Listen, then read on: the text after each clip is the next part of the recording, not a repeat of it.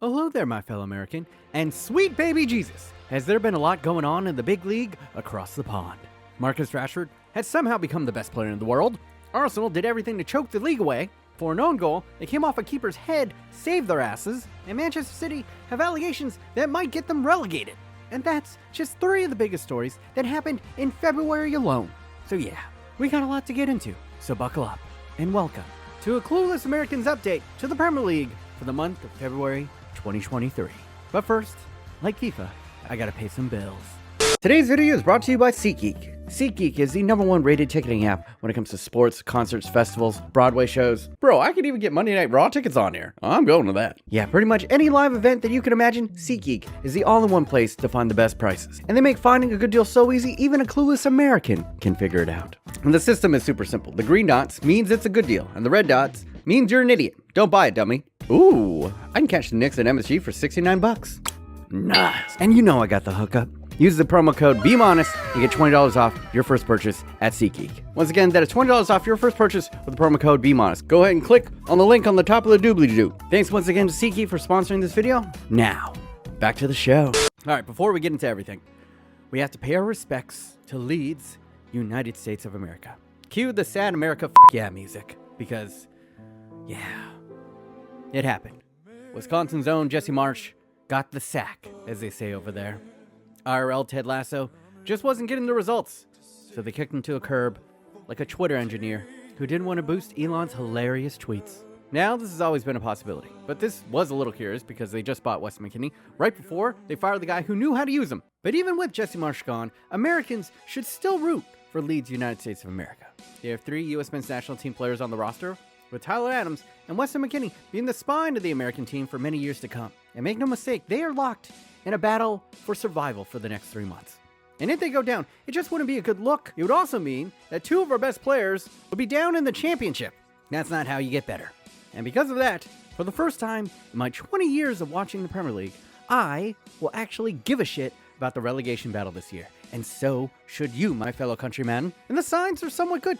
They did just grab themselves their first win of 2023, which was enough to carry them 1 point above the relegation zone. They got a new manager, some Spanish guy that you'll forget his name if I mention it, so forget about him. Listen, we're just praying for our boys. So stand back, I'll keep you updated, and hopefully our El Capitan can pull it out for Leeds United States of America. But let's move on to the big dogs that still have been sucking massive dick in the Premier League. And speaking of good old American incompetence, let's talk about Chelsea. If you ask Chelsea fans right now, if you had a choice to take back their ex-owner, a Russian oil oligarch with direct ties to Putin and possibly the KGB, or keep their new American owner Todd Boehly, who has committed 0 war crimes, although dining with James Corden is close, which do you think that anonymous Chelsea fan would choose? And I would venture a guess that 99% of them would beg to take Roman Abramovich back, because it is desperate over at Chelsea. João Felix just won Goal of the Month in February for the 6-yard screamer because it was the only goal of the month in all of February. The Chelsea admin is probably too embarrassed to show this goal on Twitter. They can't even have a top goals of February compilation. It would just be this goal, but reversed. And that's not even the funniest part. Let's break it down with some numbers, okay? First number, 600 million. Second number, 0. Chelsea, since Todd Boehly has taken over, has spent $600 million on players. And do you know how many wins they got in February? Yup, 0. You and me, sitting on our asses, have as many wins as Chelsea during Black History Month. And I have no fucking clue how Harry Potter still has a job. This man really is the boy who lived. Because if Abramovich was still around, he would have cadavered his ass. Half a fucking $1 billion on players. Just an unfathomably large amount of money. And you lost to bottom of the table Southampton, a team that has spent $60 million the entirety of the season and didn't even have a manager for the game. For women, you've never had any. Oh, boy! That stuff is... Yeah! $70 million on Modric alone. Take a moment right now and point and collectively laugh at Chelsea. In a world where money increasingly rules everything, it's refreshing to see some fat-ass billionaire. Oh, I'm sorry. We're not allowed to say fat anymore. Let's get creative here. It's awesome to see a gravity-challenged billionaire fail at something. It's fun. I admit it.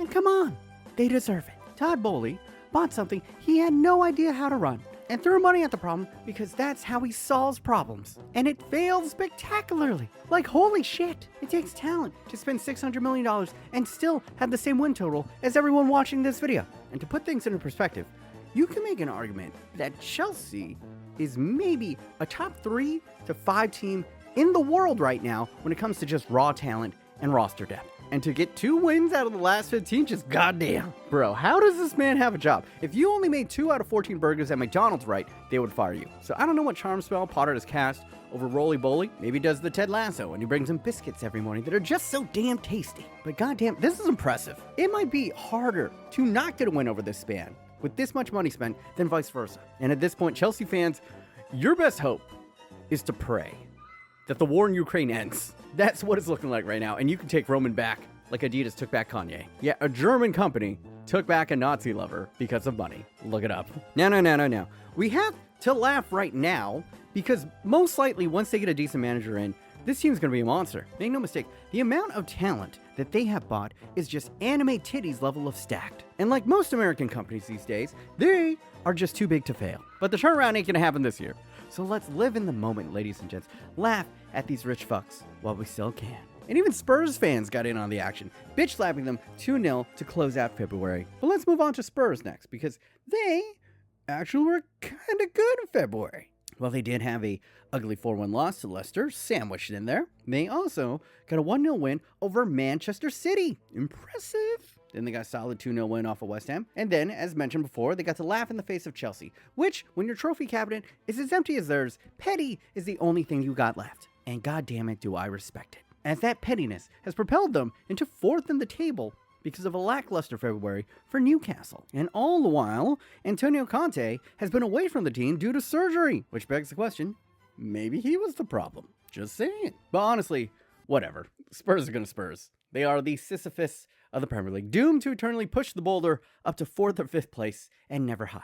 So let's talk about who they'll be competing with for that oh so valuable 4th spot. And it might not be who you expect, because Liverpool might have a pulse. Yep, after toiling in 10th or 9th the entirety of the season, they have finally shown some signs of life. And the main reason for that is they're finally getting healthy, but some of their new players are starting to round into form. Darwin Núñez is doing what YouTubers won't show you, and actually scoring. Look at this nifty back heel. He's finally becoming what he was advertised to be, a terrifying threat on the counter. And even Gakpo has gotten off of his duck with a few tap-ins. Well, you can tell everybody. Yeah, you can tell everybody.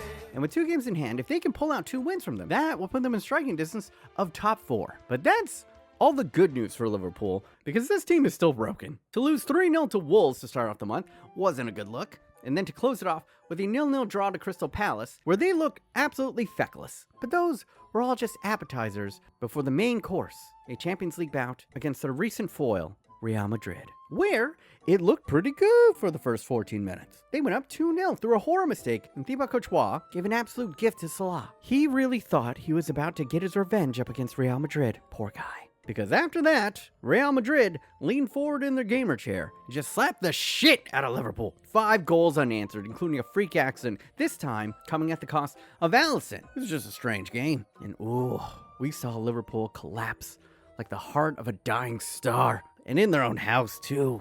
Embarrassing. It was a disgusting defensive performance that will probably spell the end to their Champions League run this year. And honestly, maybe it's for the best. It's time to throw in the towel on the season and just focus on finding form for the next. And hey, you still have a possibility. There's an off chance that you might actually capture 4th. It's Tottenham you're chasing. You got a shot. But as bad as a month as Liverpool had, they had nothing on Manchester City. And weirdly, it had nothing to do with what happened on the pitch. They started off February by losing to 10-man Tottenham, but that was the least of their problems, when a bombshell report popped up like a crazy ex. For those who forgot, Man City was almost banned for the Champions League for 2 years because they were found guilty of cooking the books to cheat the financial fair play rules.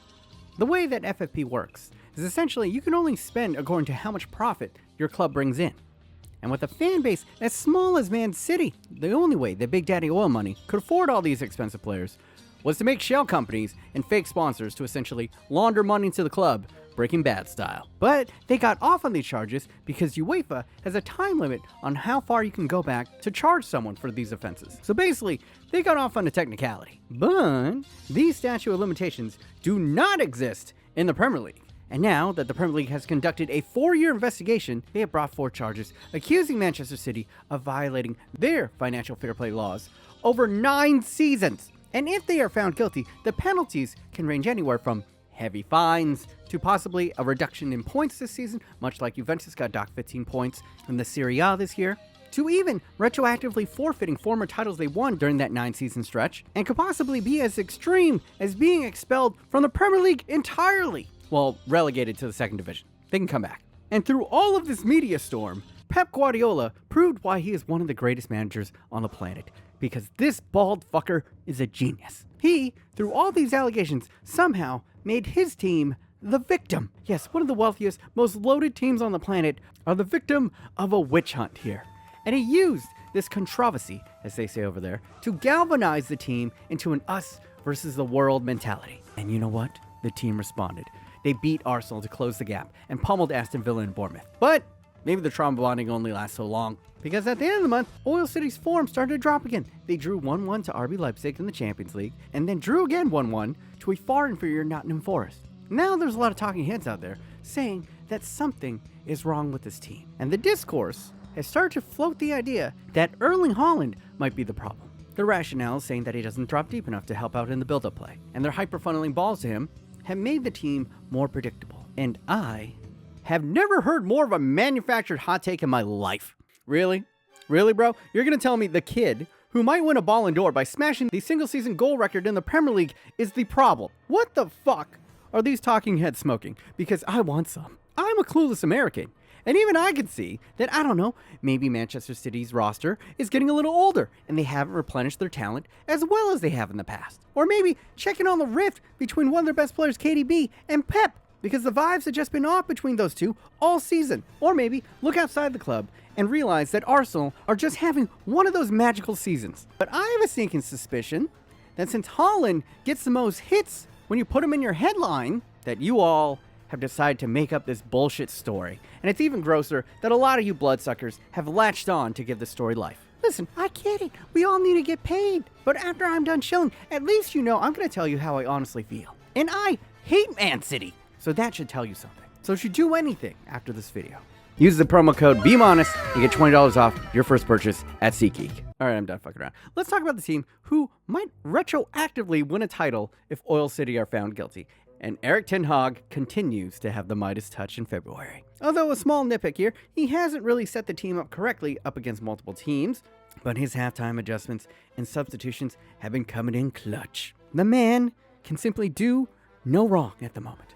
In the Europa League, they knocked out La Liga's top of the league and a rejuvenated Barcelona. And yes, in the second match, they were missing both of their star boys in Pedri and Gavi, but still, don't get it twisted. If you pay the refs and you still lose, that's embarrassing, son. Embarrassing. Yeah, for you guys who don't know. Apparently, allegedly, Barcelona have been caught actually paying the refs, which is like, bro, you already had Messi. Wasn't that advantage enough? But in the battle of European giants reborn this season, Manchester United have actually come out on top.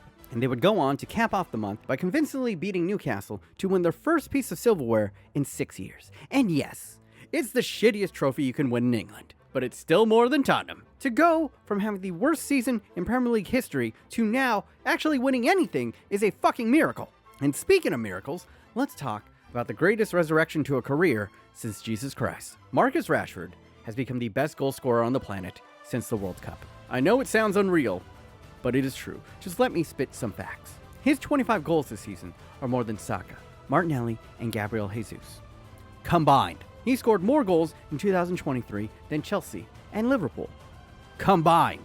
Since returning from the World Cup, there is no better goal scorer on the planet than the young Manchurian. He scored more than Haaland, Messi, Mbappe, and simply, he was unplayable in February. And if you want a deep dive to how this man went from useless to God mode, I made a video on him up in the eye thingies.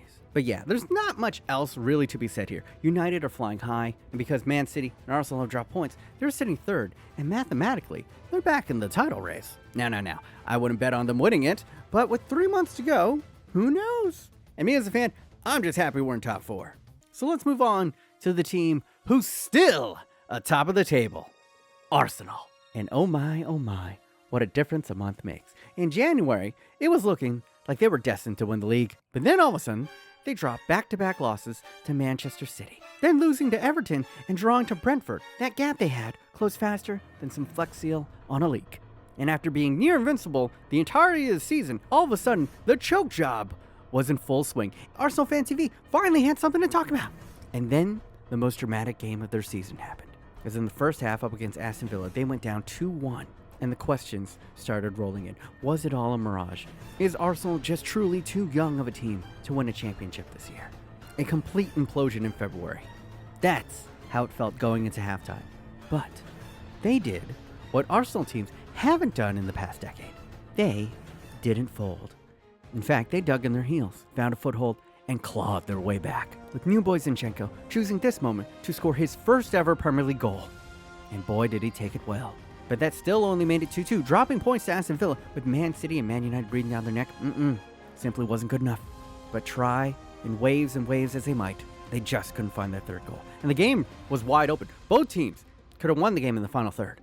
And then, in the 93rd minute, Jorginho called for the ball at the top of the box and pinged a missile that rattled off the crossbar and away from the goal, only to hit the back of Emi Martinez's head and bounce into the net. It was an incredibly unlucky moment for Emi Martinez, but Arsenal wouldn't care. Through skill or through luck, they had fucking done it. All 3 points was theirs. And in the process, not only stopped the collapse of their season, they proved to themselves and the rest of the league that this team has the DNA of a champion. And when Emi Martinez came up for a very late corner and the ball broke right, we saw Martinelli celebrating before he ran the ball into an empty net. A massive win for Arsenal to come back on the road, to keep themselves atop of the league, and most importantly, prove to themselves that they are for real. And as I record this, the table sits with Arsenal maintaining a slim lead over Man City with a game in hand, and Man United not too far behind. And with 3 months to go, who the fuck knows what is going to happen next? Well, boys, you have to tune in next month to find out. And that's going to be it for my recap of February in the Premier League. Leave a like if you did enjoy. Only takes you a second, but it helps me out infinitely in this godforsaken algorithm. And yeah, I'll be back next week to give you a clueless guide on the Europa League. Thanks to all my patrons. Go ahead, keeping me healthy, keep these videos pumping out. And shout out to the newest member of my Patreon, Ben Middleton. You're a real one, homie. But until next time, Fat Asian, out.